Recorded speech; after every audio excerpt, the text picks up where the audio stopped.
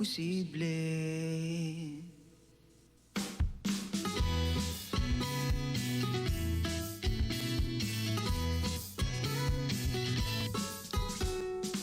Ikaw ba'y taga-real na Karo Infanta?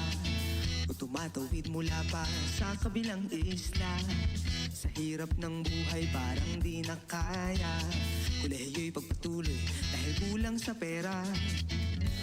Huwag kang mag-alala, di mo na kailangang lumayo pa. Alisin ang pangamba, sinong may sabing hihinto ka? Kung gusto mong maging guro, dito ikaw ay magtungo. Pulis, sundalo at bumbero, nanggaling din dito.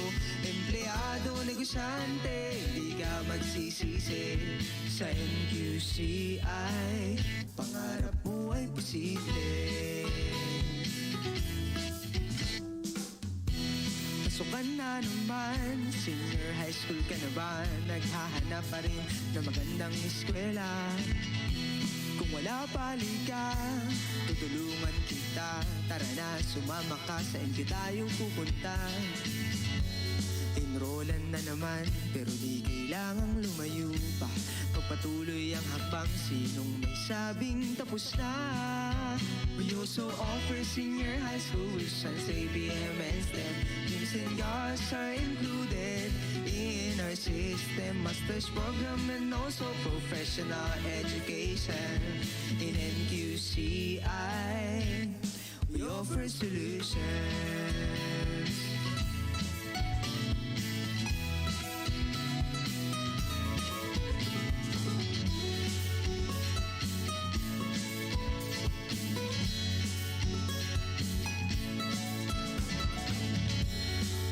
Mag-alala, di mo na kailangang lumayo pa. Alisin ang pangamba, sinong may sabing hihinto ka?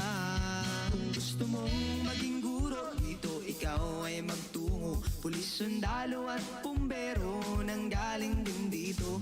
Empleyado, negosyante, di ka magsisisi. Sa NQCI, kung gusto mong maging guro, dito ikaw ay magtungo. Pulis, sundalo at bumbero, nanggaling din dito. Empleyado, negosyante, di ka magsisisi. In NQCI, we offer solutions. Sa NQCI, pangarap mo ay posible.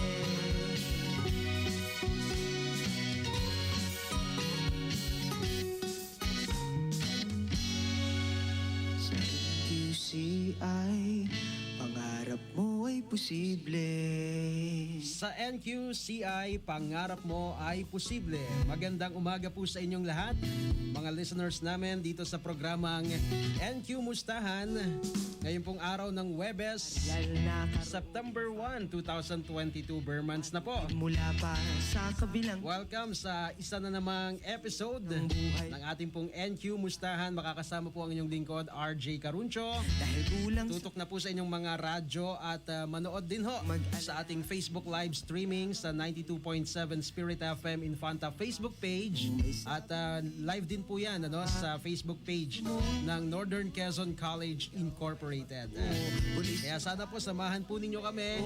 Isang oras lamang po itong kumustahan, kwentuhan. negosyante, di ka Nang sa ganon malaman po natin ang mga programang patuloy na ini-offer ng NQCI.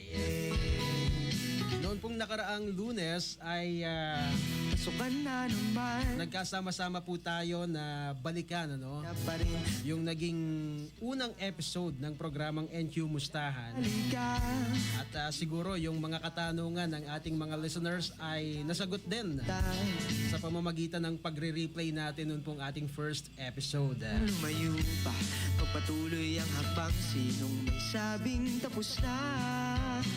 At gaya po ng aming naipangako noong Monday, ngayong araw na ito ng Huwebes ay pag-uusapan po naman natin ang tungkol sa pinakabagong kurso ng NQCI at ito po yung BS Criminology na masasabi po nating isa rin sa ipinagmamalaki ng NQ dahil unang taon pa lamang po ito ng kursong ito pero kapansin-pansin na yung dami ng bilang ng mga nag-enroll. Ibig sabihin talagang yung ating mga ilang kabataan dito sa lugar naghihintay lamang ng pagkakataon Kang mag-alala, na may offer itong kursong ito bayo ba? dito sa Reyna Pogi area. Sinong may sabing Para nga naman hindi ka na lalayo pa kung saan. At yan naman po yung pangunahing misyon ng NQCI. Madala ho yung mga iba't ibang kurso dito, empleyado dito po sa Reyna Pogi area magsisi para naman yung ating mga magulang din ay mabawasan yung gastos. Ano ho? maging guro dito, ikaw ay magtungo. Kaya naman po ngayong umaga Pero ay makakasama po natin empleyado si Dr. Ryan Rico, ang siya pong BS Criminology Program Head. Ganon din po si Ma'am Diza Guta na siya po namang Program Supervisor. Sir Lionel Boreo na tumatayo din pong Program Coordinator at syempre po ang napaka-supportive po na College President ng NQCI. Walang iba kundi si Sir Ricardo Makasait III. Magandang umaga po sa inyo, Ma'am, Sir. Bati po kayo sa ating mga taga-subaybay. Isang magandang umaga po sa lahat po ng listener natin sa Spirit FM. And isang pagbati din po ng magandang umaga sa mga estudyante po namin sa Northern Quezon College Incorporated, sa mga nagsisipag-enroll, sa iba't ibang offices po na busy pa rin dahil sa amin pong mga estudyante na dagsa pa rin sa pag-enroll. And binabati ko rin po ng isang magandang umaga ang akin pong family sa Barangay Agos-Agos. So, hello po.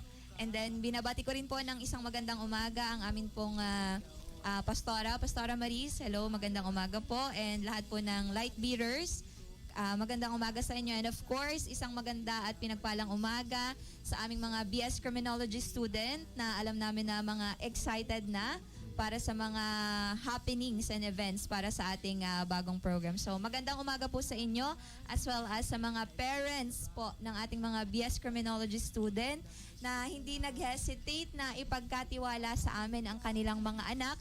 Bagaman at nabanggit nga po kanina na bagong-bago lamang po itong program, pero nakita po namin yung suporta ng mga magulang. Ano po, sa dami po ng aming mga enrollees. Salamat po sa inyong lahat at magandang umaga po. Ayan po si Ma'am Diza. Ngayon po naman si Dr. Ryan. Magandang umaga po sa inyong lahat.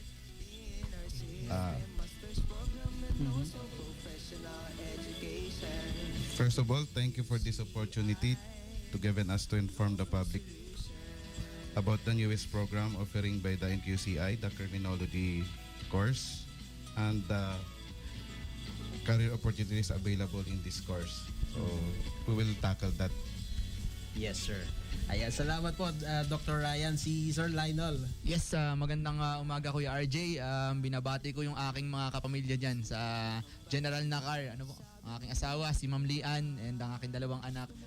Pati na rin yung aking mga kapamilya dyan sa Barangay Katambungan. Ano po? Kaya syempre yung atin pong mga estudyante, alam mo Kuya RJ, ngayon ay blockbuster na naman ang enrollment. Although tayo ay nag-last day na kahapon, kaya lang hindi natin na-accommodate. So lahat, kaya naman nag-extend pa tayo ng enrollment period natin ngayon. Dahil talagang marami pang mga estudyante ang patuloy pa rin na nag-enroll po dun sa ating paaralan. Ano po? And binabati ko din po si mamaya po ay tayo po ay bibisitahin ng ating district supervisor, ano po ang Senior High School Department ni Sir Francisco Oblea. At ang atin po naman bukas po ay tayo po naman ay nasa Crown Plaza, Manila Galleria sa Ortigas, Quezon City, wherein tayo po naman ay a-attend ng NAPSPIL General Assembly. Ito po ay para sa mga private school sa buong Pilipinas, kung saan makakasama po natin ang ating very own secretary po ng Education, ang ating pong Vice President ng Republika ng Pilipinas, si Vice President Sara Duterte. At makakasama po natin dyan yung mga private school administrators. Kaya po yung ating pong mga private school administrators here in Real, in Pantanacar, mag-ingat po tayong lahat. Ayan. Ayan, si Sir Lionel. Isang linggo pa lang, dami na agad updates po. Ano? So mamaya pag-uusapan din natin yung tungkol sa extension ng enrollees. Ngayon po naman, pabatiin natin ang college president po ng NQ, si Sir Ricky Makasait. Good morning, sir. Good morning, Kuya RJ, at magandang umaga po sa aking mga kasama sa umagang ito. Of course, sa atin pong mga tagapanood at tagapakinig, hindi lamang po sa bayan ng Infanta. Manapay sa mga karatig bayan po ng Real, Nakar at mga bayan po sa isla ng Pulilio. Magandang umaga po sa inyo, and I would like also to take this opportunity, Kuya RJ, para batiin ko naman ang aming mga kasamang manggagawa sa NQCI. Ano po, lalo na po yung nasa Finance Department at nasa Registrar's Office po natin, na halos gabi na po sila umuuwi. Kung hindi po ako mali, ay more than 500 students po kahapon. Ano, ang nakapasok doon sa ating campus, pero hindi na kayang ma-accommodate lahat. So we have to extend, Kuya RJ, the enrollment period until September 19. Tama ako, Miss Honey Grace? September 19. Kaya magandang umaga, at binabati ko po kayong lahat. Kasama po ang ating dekano ng kolehiyo, si Dr. Ferdinand Lakwata.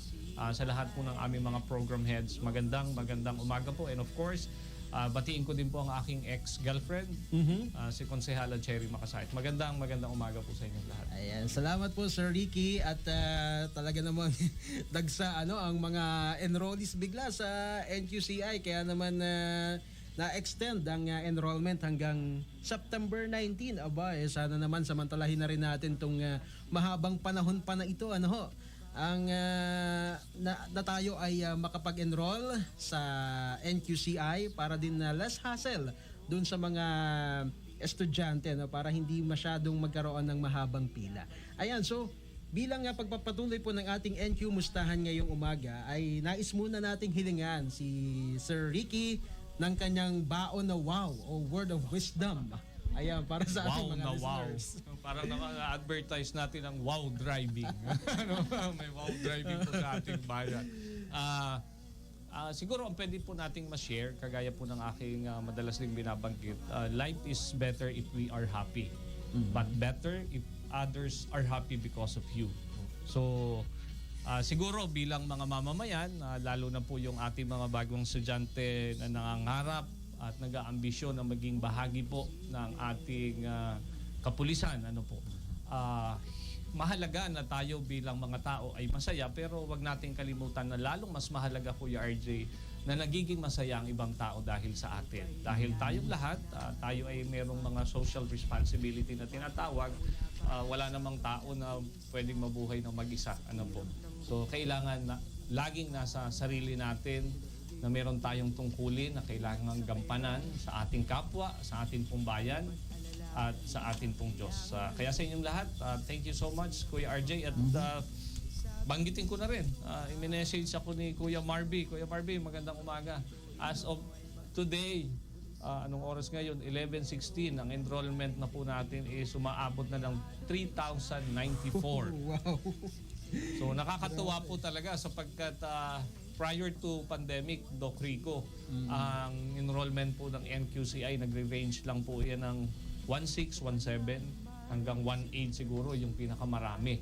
At nakakatuwa na sa kabila po na bumalik na po tayo dun sa normal, dahil nung mag-pandemic, Kuya RJ, umabot din po ng mahigit 3,000 ang enrollment po ng NQCI. At ang tingin namin, maaaring isang posibleng dahilan nito ay dahil dun sa mahigpit na protocol na pinatutupad po ng ating pamahalaan. Kaya naman yung iba, sa halip na pumunta pa sa lungsod at iba't ibang mga kolehiyo sa Metro Manila o maging sa lungsod po ng Lucena, ay minarapat na dito na lamang po sa Infanta. Pero sa kabila ng nangyari po mga pagbabago at ngayon po ay maluwag na at pwede na po silang pumunta sa ibang lugar, nanatili po yung dami ng enrollment sa NQCI. Kaya nagpapasalamat po kami sa inyong pagtangkilik, sa inyong pong pagmamahal, at sa bahagi po ng school management, makakaasa po kayo na gagawin po namin ang lahat para makapagbigay at makapag-provide po tayo ng isang edukasyon na talaga namang pakikinabangan po ng ating mga estudyante. Hindi lamang bilang estudyante, kung hindi maging kapaki-pakinabang ng miyembro po ng ating lipunan. Ayan, patuloy na nag-grow pala ang NQCI family ngayong academic year. So ngayon pa lang binabati na po natin ng congratulations ang Northern Quezon College Incorporated. Alright, so ngayon naman ay pag-usapan po natin. Ito na, maraming nag-aabang dito tungkol po sa kursong BS Criminology. Sir Lionel, pwede po bang ipaliwanag natin sa ating mga taga-subaybay? Ano po ba itong kurso na ito? Yes, Kuya RJ. So siguro po nais po nating linawin particular sa ating mga estudyante. Kasi doon sa amin pong karanasan, doon sa enrollment, kasama natin diyan sa ang ating program supervisor na si Ma'am Disa. Tayo po ay nagkakandak na agad ng initial interview sa ating mga estudyante. At ang primary na katanungan natin diyan ay bakit BS Crim? Yung kinukuha ng estudyante. Ang mga karaniwang sagot ng mga bata, siguro I can rate mga 80 to 90% na sagot ng mga bata dahil gusto kong maging pulis, dahil gusto kong maging sundalo, dahil gusto kong maging Bureau of Fire. Pero nais po nating linawin na hindi lamang po yun yung mga kumbaga man ay mga career na pwedeng puntahan ng ating mga graduate ng criminologists. Tayo po ay mayroon tinatawag na 6 areas of concentration. Ang BS Criminology program na kung saan ito po ay tumutukoy dun sa tinatawag nating unang-una criminal law and jurisprudence. Kasunod yung pong law enforcement and administration. We also have the forensic and criminalistic and yung panglima natin yung crime detection, yung mga investigador natin. Crime detection and investigation of sociology of crimes and also the correctional administration, yun yung mga nasa BJMP, yung mga kasama natin sa correctional. So kaya lang syempre yun yung basic understanding ng ating mga kasamahan. Kaya naman po may mga nagtatanong, bakit walang age requirement? Bakit walang marital yung kung single or ikaw ba ay double or o married bakit walang tawag dito okay lang po ba kompleto, hindi po kompleto yung ngipin ko, ako po may postizo, hindi pa po natin siya nililimitahan. Height requirement, hindi pa po natin siya nililimitahan sapagkat na nalalaman po natin na hindi lamang doon sa serbisyo o pag-serve as police or sundalo or Bureau of Fire ang patutunguhan itong ating mga graduate. Pwede din nga silang makapagturo din as instructor or as professor dun sa ating programa. At siguro mamaya papalawigin po natin yung mga career opportunities pa na pwedeng puntahan ng isang graduate ng criminology. Siguro Sir Lionel, dahil ito ring kursong ito ay bago sa NQCI, baka pwede mo ring kaming bigyan ng mga naging hakbangin ng inyong paaralan para put up itong kurso na ito. Yes, tama Kuya RJ. Alam mo, napaka-memorable nitong application namin ng BS Criminology. Talagang sinasabi ko nung mga nakaraang panahon na talagang naging madugo talaga yung ating pagsabak doon sa bawat hagdan ng aplikasyon ng BS Criminology. Maalala ko, ito po ay hindi ko malilimutan yung date. October 4 po kami nag-start na i-polish lahat yung final, yung kumbaga nag-start kami ng September and then finally yung October 4 kailangan namin lahat na maipasa yung mga requirement namin dahil luluwas kami ng October 5. And yung October 5 na yun sir ay birthday nung ating isang kasamahan na behind the scenes, si Ma'am Honey Grace Dig. Yun din po yung Teachers Day celebration worldwide kung natatandaan po natin. At kami po ay inabot doon sapagkat yung October 4 ay biglang nag-brown out.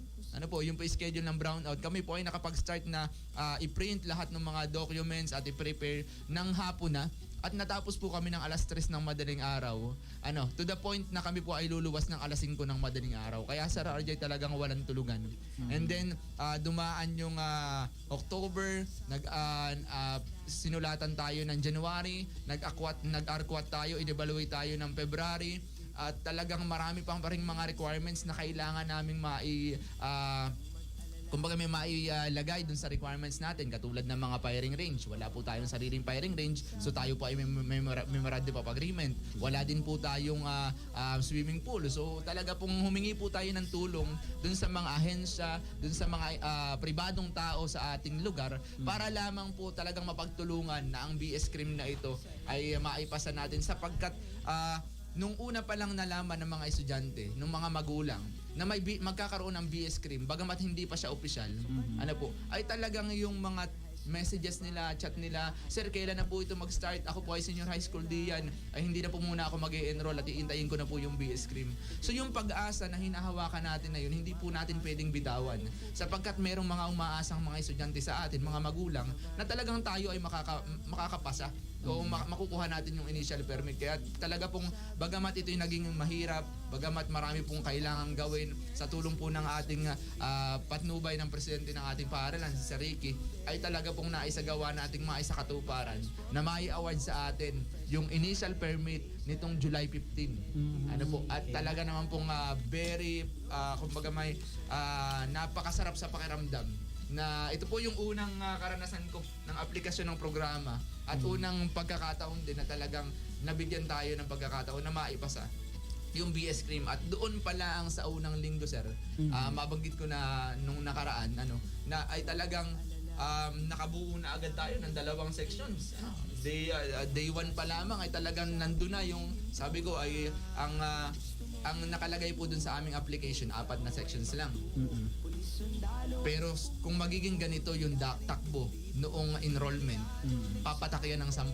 Pero hindi lamang po naging 10. Ngayon pa 14 na po. Wherein meron na po tayong 573 students na naka-enroll, na ang atin pong hinihingi lamang noon, ang inaasahan po natin ay about siguro 100 to 200 enrollment. Yung po, ganun talaga, kumbaga man ay tinangkilik ng ating mga kababayan, yung BS Criminology. Itong kurso po na ito, sir, ay ilang years po ba ito na iti-take ng estudyante? Katulad po ng mga regular course natin, ito po ay natitake ng 4 na taon din. Ayan, opo. Okay, so ngayon ay maraming salamat, Sir Lionel. Ngayon po naman pag-usapan natin at palawigin yung nababanggit kanina ni Sir Lionel na career opportunities para doon sa mga magtatapos ng BS Criminology sa pamamagitan po ni Dr. Ryan. Okay, good morning ulit. Sa ating mga magulang, magandang umaga po. Ang criminology po na course ay marami po ang mapapasukan ng ating mga anak para sa mga magulang natin. Unang-una po, sabi nga nila pag tinanong ka, pag criminology, unang sagot is magpupulis ka. So yun po yung unang thinking ng mga parents na hindi po nila alam kung ano po yung lawak ng mapupuntahan ng mga anak nila. Yun po yung pinakauna. May tinatawag po tayong Tri-Bureau ng DILG. Andun po yung Bureau of Fire and the BGMP. Ito po yung tatlo na pinaka-main dinideliver yung mga criminology graduate. But sa dami po ng uniform service natin, meron po tayong armed forces. Andun po yung Army, Navy, tsaka Air Force na pag-graduate po sila sa ROTC o natapos nila yung ROTC na naka-reservist sila, makukuha po nila yung rank ng second lieutenant. Then at the same time, meron po tayong Philippine Coast Guard na pag-graduate ka po ng criminology and you pass the board exam, kailangan po makapag qualifying sila at the age of, kailangan di sila mag-over age ng 24 I think, para maging tenyente din po sila sa Coast Guard. Mayroon din po tayong Philippine Port Authority, Bureau of Immigration, sa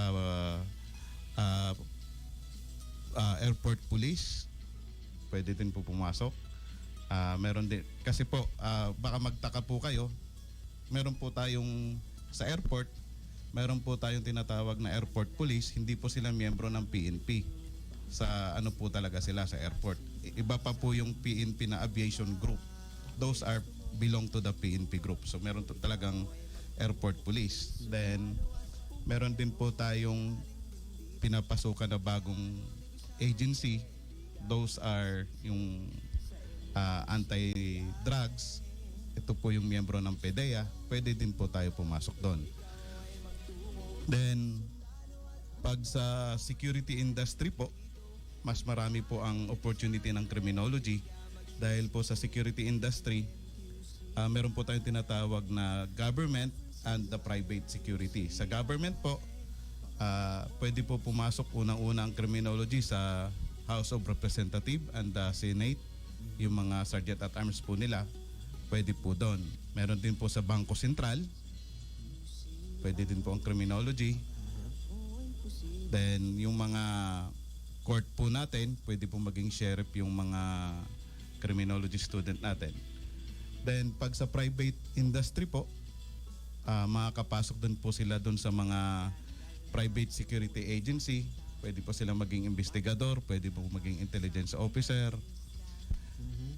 Karamihan po doon is hinahanap is criminology, priority po natin. Then sabi nga ni Sir Lionel, pwede din po sa pagtuturo as graduate ng criminology dahil pag graduate ka ng marami kang tuturuan ngayon dahil marami pong nagbukas ng criminology. Simula po ng itaas ang sahod ng nasa uniform service ng ating Presidente Duterte. Okay po. Ang dami pala naghihintay na na opportunity. Marami po, sir. Magandang naipaliwanag po ito ni Dr. Ryan para mabago yung misconception ng ilang mga magulang, lalong-lalo na pagka nag-enroll yung kanilang anak sa BS Criminology. Oo. Salamat. At Kuya RJ, samantalahin ko din yung pagkakataon para siyempre pasalamatan si Doc Ryan Rico na tumatayo po na aming program head sa BS Criminology. Napakalaki po ng tulong na nagawa po at na-contribute po ni Dr. Rico para po doon sa NQCI. Maaaring kung hindi rin po sa kanya, hindi po nagkaroon ng katuparan ito. Doc, salamat po sa tulong na ibinigay mo at samantalahin ko na din Kuya RJ, susugan ko yung mga binanggit kanina ni Lionel. Gusto ko ding pasalamatan ang 1st Infantry Battalion sa pangunguna ni Lieutenant Colonel Danilo Iskandor. Sir, good morning at maraming salamat po. Kasi in the absence of that particular firing range nga na isa doon sa requisite po para sa criminology, nagpapasalamat po tayo sa Philippine Army dahil pinayagan po tayo na magamit po yung firing range nila. And of course, pinapasalamatan din po natin ang may-ari ng COTV Asur. Maraming salamat din po sa tulong ninyo. At siguro Kuya RJ, ang pinakamahalaga dito, ang daming mga binanggit ni Doc Rico ng mga career opportunities para doon sa mga kukuha ng kursong BS Criminology. Ang pinakamainam pa rin siguro with this astonishing accomplishment of NQCI, with the help of our employees, lahat ng mga tumulong po para sa katuparan nito, and of course to the Commission on Higher Education, especially to Dr. Amelia Biglete, to the CHED Director. Maraming salamat po sa guidance po ninyo, sa inyo pong tulong, sa suporta. Talagang doon pumasok po yung yung tunay na kahulugan ng pamahalaan. Na kaya may gobyerno ay para tulungan po yung mga nangangailangan. And with that, nagbibigay-pugay po ako at pagsaludo sa Komisyon ng Higher Education sa pangunguna po ni Dr. Biglete. Palagay ko po ay siya ay ngayon po siya magre-retired. Maraming salamat ma'am sa tulong ninyo at siguro ang pwede namin bigyan din ng assurance sa mga magulangin natin, sa mga estudyante natin. NQCI is not particular with the quantity. Hindi po ito yung purpose at hindi po yung objective na mayroon ng NQCI na marami kami, proud kami na marami kami. Nandun pa rin Kuya RJ, on top of our head, nandun po yung layunin namin na ang gusto namin ay maayos yung mapuproduce ng NQCI.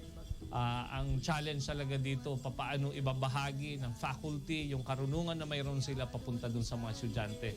At sa mahabang panahon, Kuya RJ, kagaya ng mga nakalipas na program natin, napaliwanag po natin at naparating natin sa ating mamamayan that NQCI, especially yung ating education courses, we are performing well. And considering with the result of the licensure examination for teachers, tayo po ay laging above the national passing rate.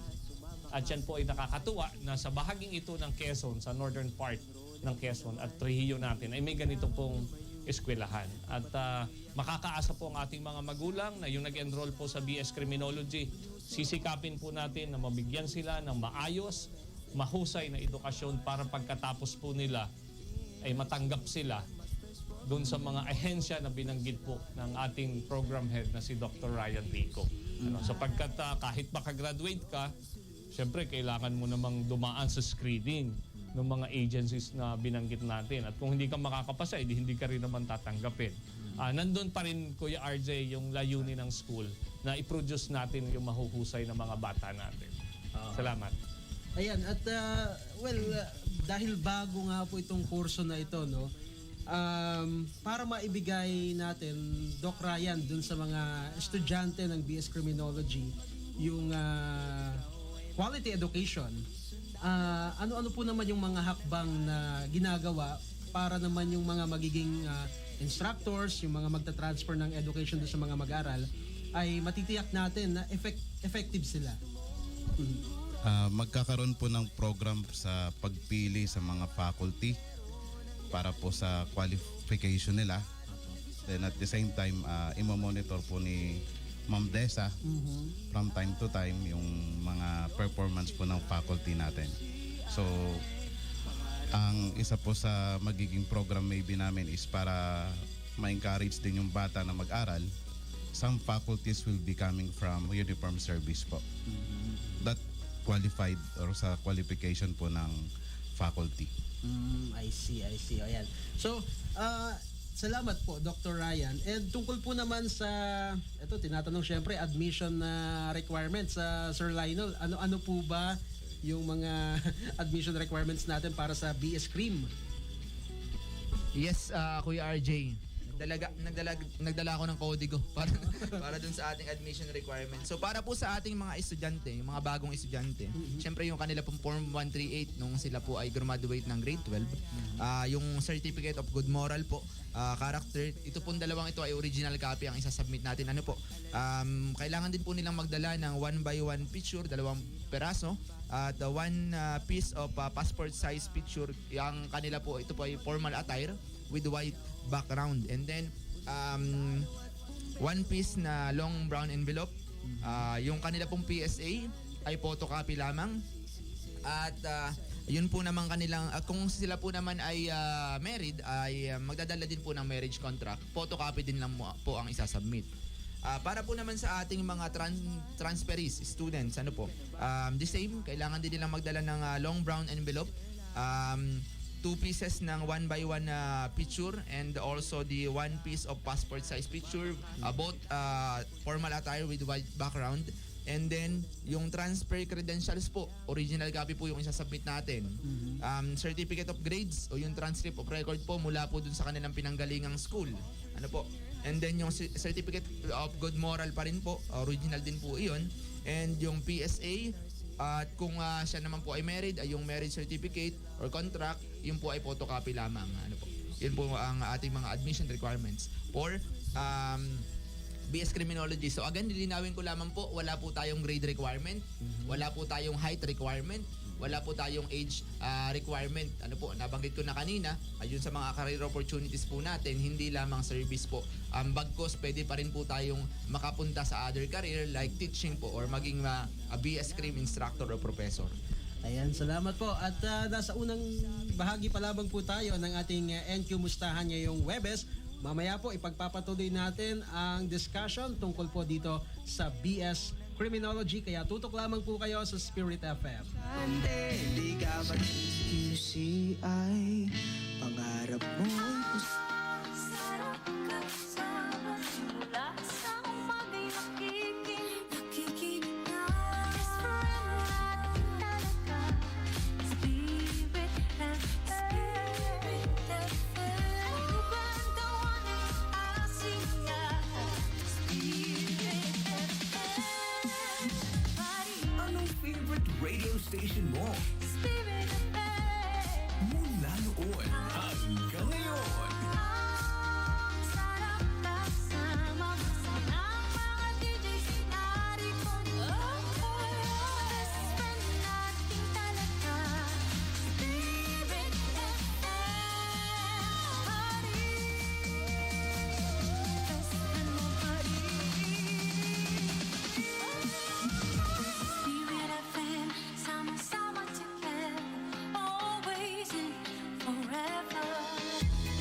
Hello! Kumusta mga kabataan? Excited na ba kayo para sa paparating na school year? Kami sa Northern Quezon College Incorporated, NQCI, excited nang makita at mabigyan kayo ng quality education. Kaya naman dinala natin dito sa radyo at Facebook ang ating kumustahan sa programang NQ Mustahan. maririnig dito sa Spirit FM tuwing Lunes at Huwebes, alas 11 ng umaga. NQ Mustahan. Kwentuhan at kumustahan sa NQCI. NQ Mustahan. Sa NQCI, pangarap mo ay posible.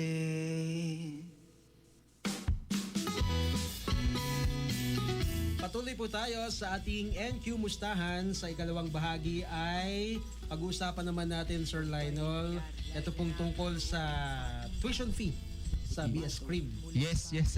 Maraming nagtatanong po ng tuition fee natin. Ano po? Bali po, ito po ay nagre-range po siya ng 12 to 14,000. Ito po yung nakadepende sa number of units na kukuhain ng estudyante. Bigyan ko po kayo ng halimbawa. Yung 12 to 14,000 po, ayun po yung total na babayaran na po ano. Yung po kasama na po ang miscellaneous fee sa tuition fee. Ang tuition fee po natin sa criminology ay kung ikukumpara natin sa education, mas mataas po siya ng konti sapagkat kailangan po mas marami pong laboratories requirement ang criminology at doon po natin inilalaan yung ating kumbaga may yung pondo na makukuha natin sa tuition fee aside po sa mga ginagastos natin sa mga guro natin, sa instructor. So ito po ay nagre-range ng 12 to 14. Halimbawa po, ikaw po ay first year student ngayon, ikaw po ay may 29 units. Ang per unit po natin ay 400. So yung 29 times 400, siya po ay pumapatak na 11,600 pesos sa tuition fee. And then ang miscellaneous fee po natin ay 2,500. So kung i-add po natin iyon, pumapatak po siya ng 14,100. Wherein, yung 14,100 po, kung ikukumpara po natin sa ating mga karatig na eskwelahan, na pribado, ay talaga po namang mas mababa pa rin. Sobrang mababa pa rin. Kung ang pag-uusapan po natin ay BS Criminology course. At saka, Sir Ricky, ang dami namang mga tinatanggap po na scholarship program ang NQCI. At kahit nga po yung mismong NQ, may scholarship program din. Oo, Kuya Arte. Alam mo, nandun kasi yung social responsibility ng school na aside doon sa murang tuition fee, actually nung maging presidente po ko ng school, ang isa sa mahalagang posisyon siguro na pwede ko masabi na nalagay at na-create ko ay yung paglalagay po ng isang scholarship coordinator. Na ang tungkulin po nito ay mag-assist ng mga estudyante natin na nangangailangan ng financial support. So nandiyan po si Vizcara Soliano para yung mga interesado po na mag-avail ng scholarship, siya po yung tumutulong na mag-abyad ng mga papeles, humanap ng pwedeng sponsor o maging scholar po yung bata natin. Kaya we are also lucky that we have the support of the different local government units in Reyna area, including the municipalities in the island of Pulilio, na nag-allocate po talaga yung mga local government units ng pondo para mabigyan ng financial support yung mga estudyante natin. At ang NQCI mismo, sa pamamagitan po ng ating Board of Trustees, sila po meron din silang pribilehiyo na kumuha ng tig-iisa nilang scholar. Ano po? At ito ay patatapusin nila mula first year hanggang fourth year. Meron din po tayong mga academic scholarship na ibinibigay na na-discuss na po ni Cara dito yung detalye at kung sino man po yung mga interesado pa natin ng mga estudyante o mga magulang, wag po kayong mag-atubili na pumunta at bumisita sa Northern Quezon College at pakihanap po nyo si Ms. Cara Soliano para ma-explain at maipaliwanag po sa atin ito. At susugan ko rin yung binanggit ni Lionel kanina, yung tuition fee po actually ng NQCI, pag i-compare natin sa baka po sa lahat ng eskwelahan sa buong Pilipinas, ano po, talaga naman pong napakamura ng tuition fee natin. At siguro yung tuition fee, pag i-divide mo sa 6, yung kalahating taon ay more or less 2,000 pesos per month laang yung tuition na kailangan po nating bayaran. Bakit po ganito? Bakit natin ginagawa ito? Sapagkat nandun po yung layunin talaga ng NQ. Hindi po tayo humihiwalay doon sa unang naging layunin ng NQ. Bakit po siya natatag at bakit po siya na-establish? We actually started as a community college at na-discuss na natin yan. Nagsimula po tayo sa loob ng Infanta National High School. Napunta po tayo sa Kumon sa tulong po ng pamilya ng mga establisida at ng ilan pa po mga pamilya dito sa Infanta para matuloy yung kolehiyo. Alam niyo po, nung panahon namin, nung elementary ako, from Infanta at pupunta ka ng Maynila, hindi pag umalis ka dito ng alas 6 ng umaga, hindi mo po alam kung anong oras ka dadating sa Maynila. At ang malungkot, hindi lang oras ang hindi mo alam, pati araw. Hindi mo alam kung anong araw ka darating sa Maynila. Kasi usong-uso po noon yung bahura, may transfer, may guho. Kaya pag tanda ko po noon, from Infanta, ang tigilan, pagkakain. Ang tigil ay doon sa, anong tawag doon? Yung pag-akyat pala doon sa may pasalubong center. Doon ang tigilan noon para kumain ka. Ngayon, pag sumakay ka dito, papunta ka ng Manila, kahit hindi ka na kumain sa daan, pagdating mo doon sa Manila, busog ka pa rin kasi ang bilis-bilis na po ng biyahe. Kaya po, nandoon yung naging layunin po ng mga kababayan natin, panahon po ni na Mayor Isagani Pradillada, nandyan po yung layunin nila na matulungan po yung mga kababayan natin para magkaroon po tayo ng sariling kolehiyo. Kaya naman kami sa atin pong panahon, with the guidance and cooperation and full support of the members of the Board of Trustees of NQCI, ayaw po nating humiwalay dun sa layunin ng ating mga mga sinaunang tao kung bakit ginawa po yung NQCI. At ito po ay binibigyan namin ng pinakamataas na pagpapahalaga. Kaya kung minsan itong mga tao po nating ito, sina Lionel, sina Disa, sina Honey Grace, at lahat ng manggagawa ng NQ, kung kailangan nga pong hindi umuwi, ay hindi po umuwi ay at i-grab po natin yung opportunity. Tinatawagan po natin ang ating mga kababayan, ang ating po mga magulang, suportahan po natin ang ating mga anak nang sila po ay makapagtapos, makapag-aral, dahil naniniwala po kami sa bahagi namin na ito pong edukasyon ang isa sa pinaka mainam na susi o daan para ahulin po ang ating pamilya sa kahirapan.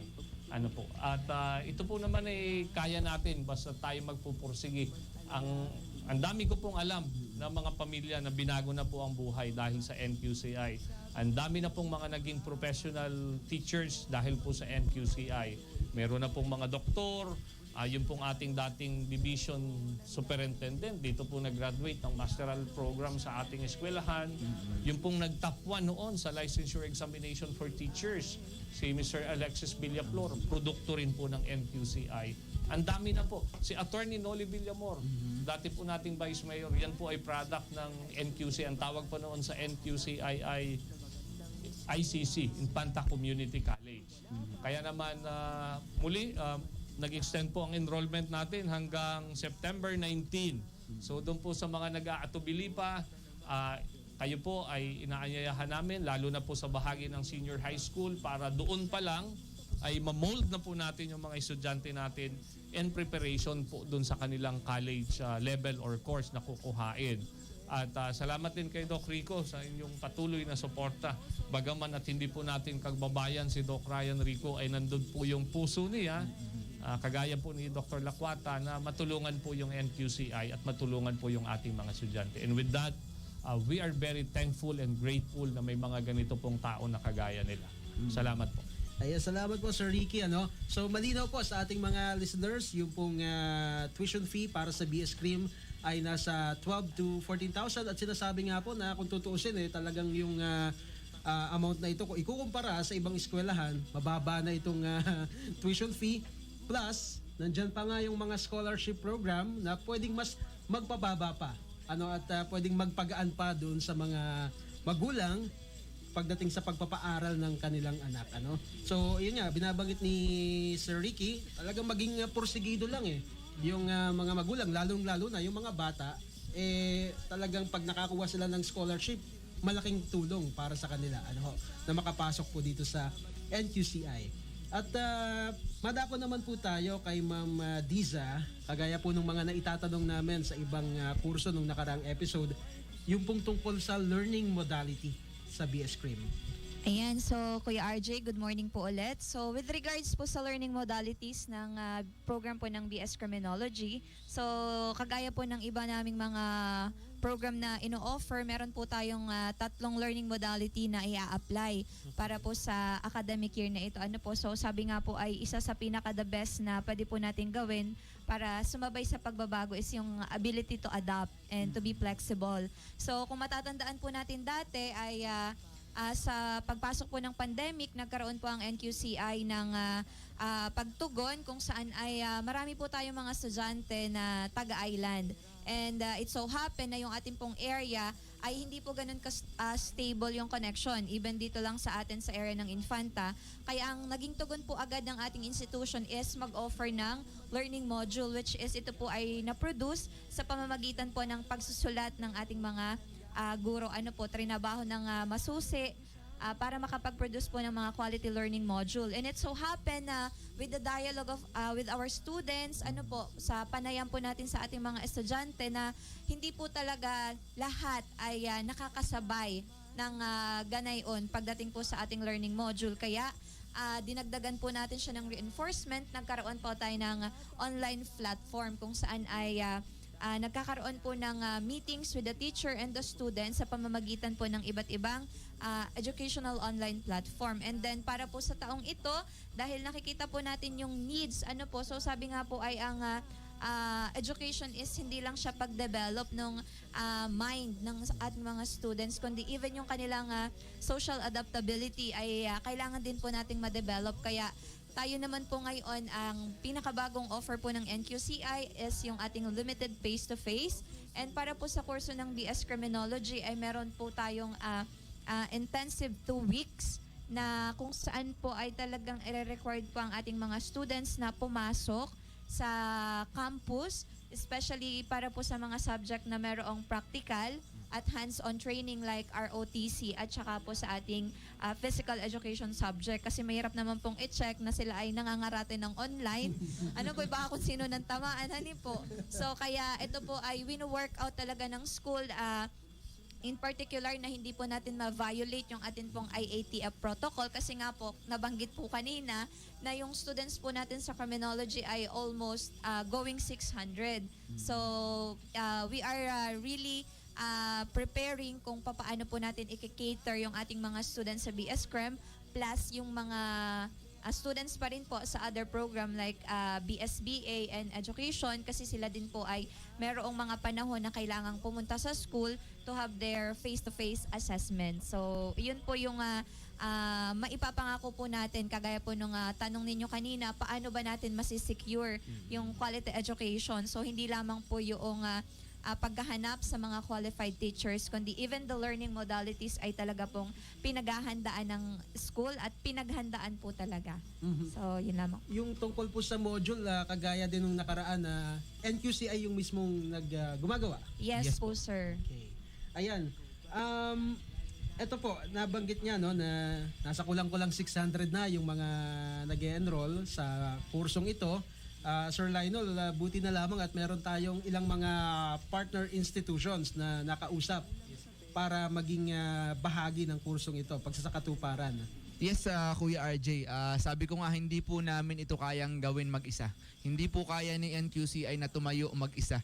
Kaya nga po talagang ang layunin natin ay makipag-collaborate, makipag-cooperate sa iba't ibang private man yan o government agencies upang talagang maibigay natin yung kalidad ng edukasyon sa ating mga bata. Kaya I would like to take this opportunity po para pasalamatan yung atin pong mga partner.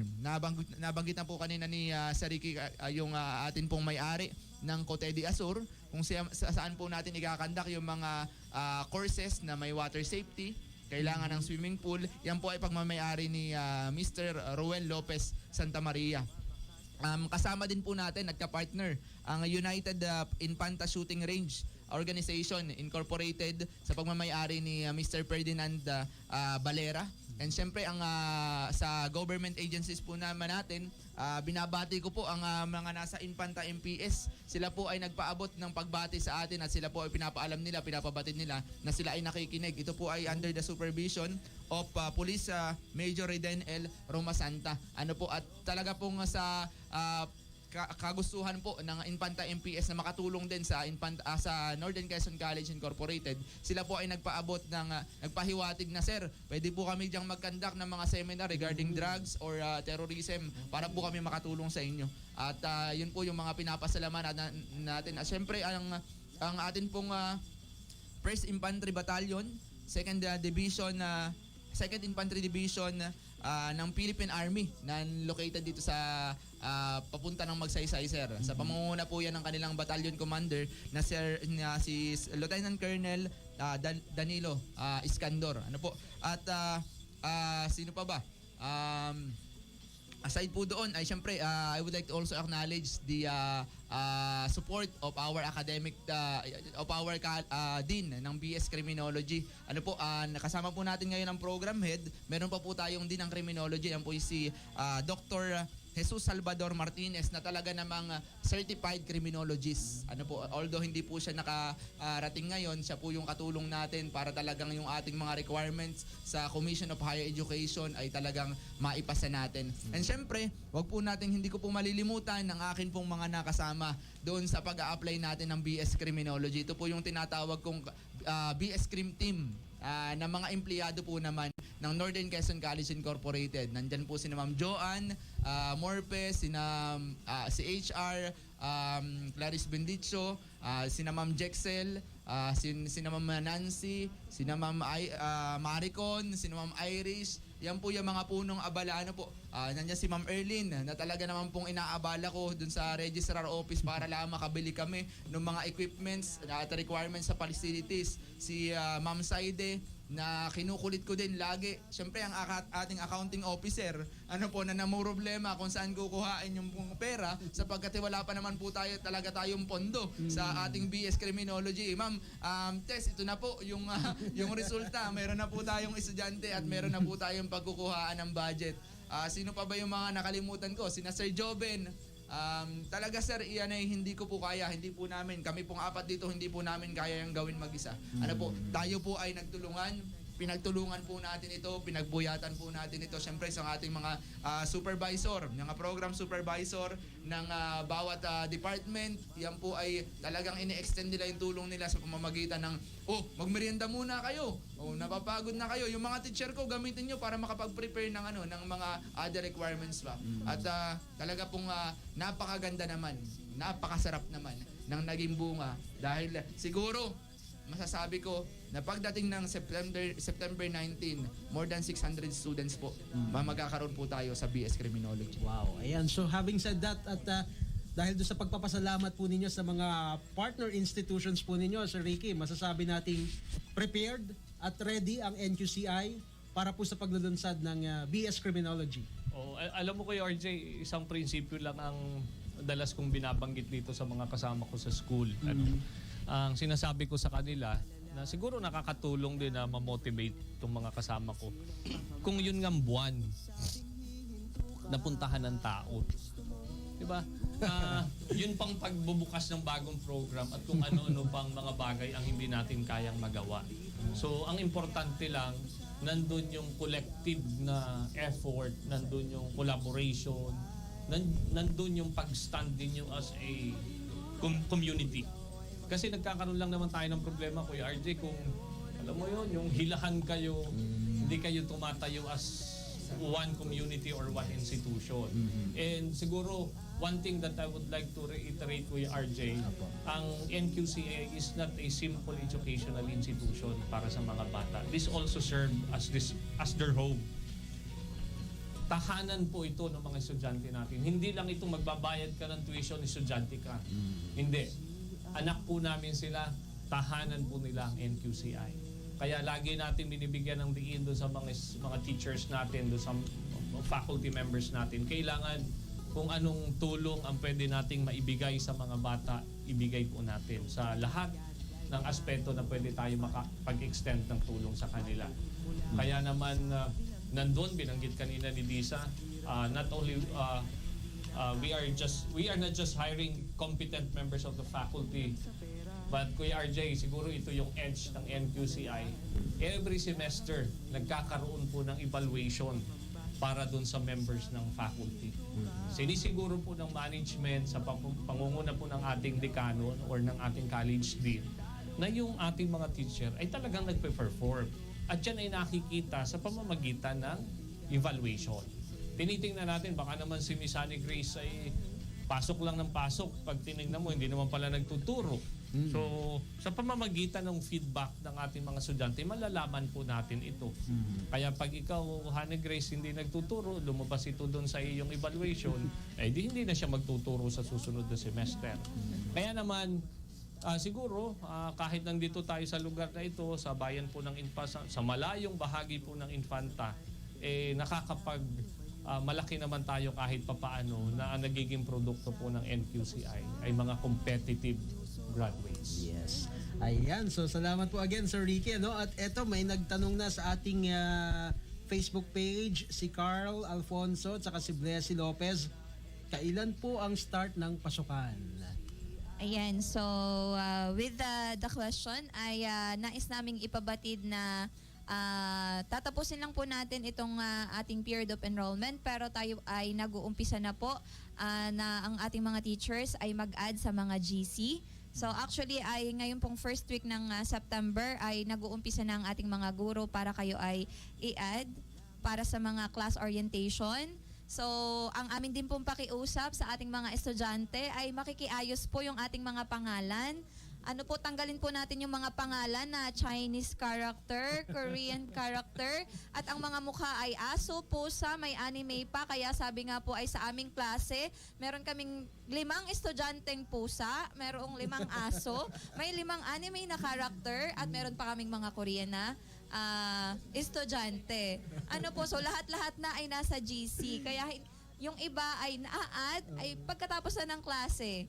Kaya hindi malaman kung sino na yung mga teacher. Kaya ang pakiusap po namin sa aming mga estudyante, ano bang program kayo, makikigamit po yung ating given name, buong pangalan at apelyido para pag hinanap po kayo ng teacher pag-a-add ay kayo po'y madaling makita. So wait na lamang po sa ating mga estudyante na kayo ay i-add at makikicheck din po lagi sa ating mga spam messages at baka po yung inyong mga GC ay nakalagay sa ignore messages kaya hindi po nakakabalita kung ano na ang mga kaganapan. So within this period po ng first week ng September ay nag-start na po yung ating mga teachers. Ayan, so importante po yan ulitin lang natin yung mga GC kasi yan ang ginagamit nating isang medium sa ngayon para magkaroon ng ugnayan si teacher at saka si estudyante. Ayan, so nako, ito nabitin na naman tayo sa sa oras, sumireno na naman. Susunod siguro Kuya RJ, mga 2 oras na ibigay mo sa amin. Napitadahan na naman tayo. But anyway, ayan, naging makabuluhan at siksik po sa impormasyon yung ating naging talakayan ngayon sa NQ Mustahan tungkol po dito sa BS Criminology, ang bagong kurso po ng Northern Quezon College Incorporated. At kung meron po kayong mga additional questions, pwede po kayong mag-suggest syempre sa mismong campus ng NQCI sa Barangay Comon. Ngayon, hingan po natin ng parting message yung ating pong mga kasama sa programa ngayon. Okay, muli po, nais po namin ipaabot ang aming pasasalamat sa community natin sa Real Infanta Nakar, Polillo Grupo Pailan sapagkat naramdaman po ni NQCI ang talagang pagtanggap ninyo dun sa panibagong programa at in behalf of the BS Criminology course, kami po ay talagang magtatrabaho upang talaga pong yung kalidad ng edukasyon na kailangan makuha ng ating mamamayan. Partikular, yung ating mga kababayan na sa financial at nangangarap pa rin at patuloy na nangangarap na maabot yung kanilang mga pangarap. Sisikapin po ng management ng mga kaguruan ng NQCI na maibigay namin yung kalidad na edukasyon na babaunin natin upang maabot natin yung ating mga gusto o mga pangarap sa buhay. Maraming salamat po, Sir Lionel Borreo, ang program coordinator ng BS Crim. Si Doc. Okay, sa ating mga magulang, para po sa inyo, nandito po ako sa Quezon, sa Infanta. Sabi ko nga kay Price para tumulong. At sa mga magki-criminology po na sa darating na pasukan, rest assured po kayo na nasa mabuti kayong kamay sa pamumuno ni Doc Lakwata. At sa mga magiging faculty nyo po, asahan nyo po na kayo ay i-guide ng mga faculty para po sa inyong mga pangarap. Salamat po. Salamat po. Ayan po ang tinig ni Dr. Ryan Rico, ang program head ng BS Cream, si Ma'am Diza po. Yan, so isang magandang tanghali po sa ating lahat. Maraming salamat po sa lahat ng mga nakinig, tumutok sa episode po na ito ng NQ Mustahan. And kami po ay sobrang overwhelmed sa pagtanggap po ng community natin. Hindi lamang po dito sa Metro Reyna, even sa Polillo Group of Islands. So salamat po sa tiwala ng atin pong mga magulang at sa atin pong mga estudyante. At kagaya nga po ng nabanggit po ng akin pong mga kasamahan, makakaasa po kayo na gagawin po namin yung aming magagawa to deliver yung expectations ng mga bata at ng mga magulang. So maraming salamat po sa inyo. Yan po naman ang tinig ni Ma'am Diza Guta, ang program supervisor ng BS Cream. Sir Ricky. Kuya RJ, salamat uli sa isang napakabuluhang isang oras at gusto kong samantalahin ang pagkakataon upang muli pasalamatan ang ating mga kababayan sa bayan ng Infanta at mga karating bayan ng Real, Nakar at mga bayan po sa isla ng Polillo. Kagaya po ng aking binabanggit din, life is like a basketball game. It is not the last game that counts. It is but the next game that you will play. Sa ating mga kabataan, patuloy tayong mangarap. Do not be scared to fail. Ang importante, natututo tayo sa ating mga pagkakamali at huwag tayong titigil na mangarap. Magandang umaga at maraming salamat. Maraming salamat po. Yan po naman si Ginoong Ricardo Makasait III, ang College President ng NQCI. At bago lamang tayo magtapos, pagbati muna ng magandang tanghali na kay Sir Marvy Portelo, kay Ma'am Chini Ann Coronacion, nakaantabay mula sa Registrar's Office. At ganun din kay Ma'am Christine Arevalo, magandang tanghali po sa inyo. Merong nagtatanong dito tungkol daw sa learning modality ng 4th year students sa education. Meron po tayong NQ Mustahan episode 4. Diyan po natin na-discuss yung tungkol sa modality po ng Education Department ng NQCI. So yan na po ang kabuuan ng ating programang NQ Mustahan ngayong araw na ito ng Huwebes, unang araw sa buwan ng Setyembre. Maraming salamat po sa inyong ginawang pagsubaybay. Ako po ang inyong isa sa nakasama ngayong umaga, RJ Caruncho. Muli po tayong magsama-sama sa Lunes para sa panibagong episode ng NQ Mustahan dito sa Spirit FM. Program and also professional education.